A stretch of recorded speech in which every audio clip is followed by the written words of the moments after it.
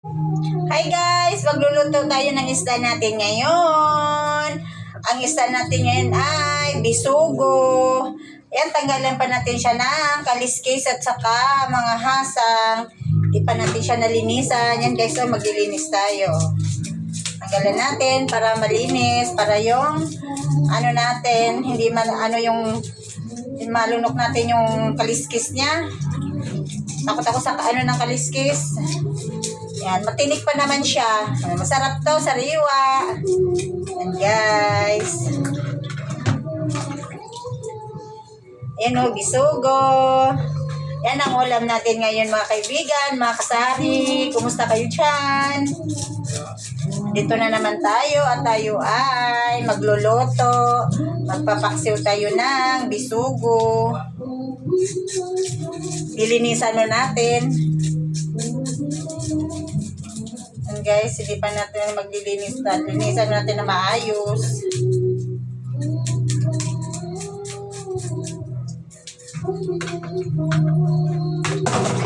Tanggalan natin siya ng mga naguguntingan natin yung mga ano niya. Kasi matulis. Nakakasugat siya. And guys, tapos, tanggalan natin siya ng hasang. Yan guys. Sariwang sariwa. Bago lang. Bagong ano to.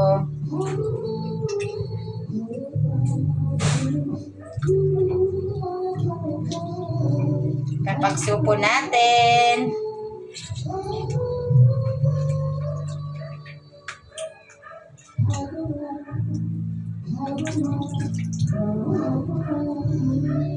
Tanggalan na natin ng hasang. Ayan guys.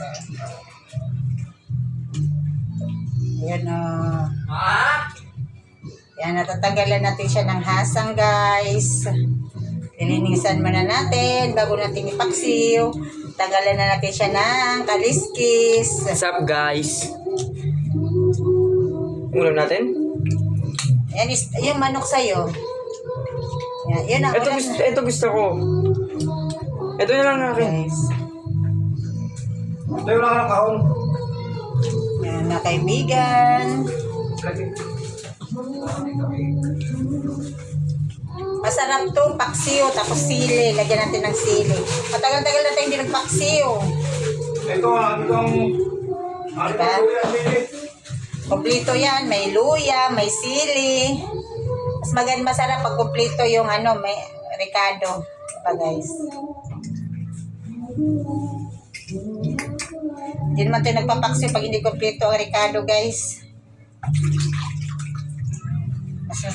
Mas masarap yung ricado niya.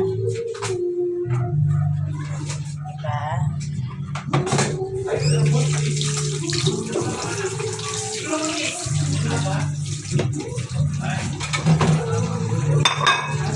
Gasa natin uli.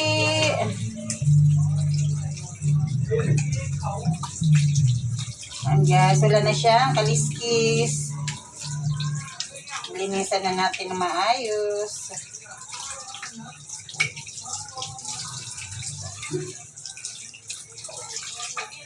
Mas maganda pag nalinisan na maayos yung isda. Hindi malangsa. Nakakumpleto siya ng ricado.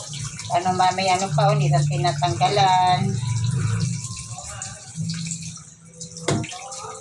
Sariwang sariwa itong mga kaibigan.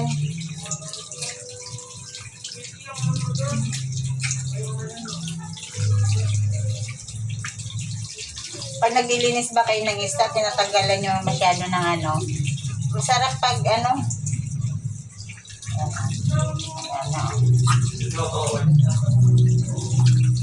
guys, di pa pala natin natanggalan ng niya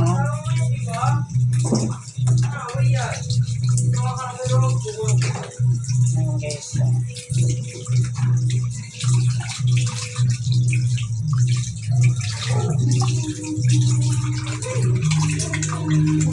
So, may hasang pa siya Okay.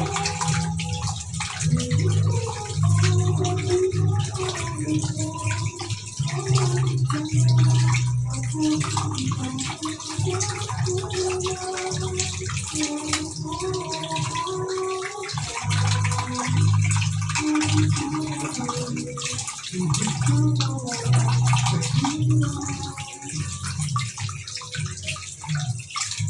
natin yung dito niya kasi parang wala na siyang dugo.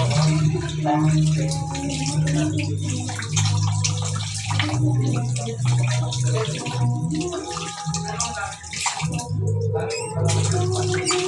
Ayan lang guys. Magluluto na tayo. Paksiw.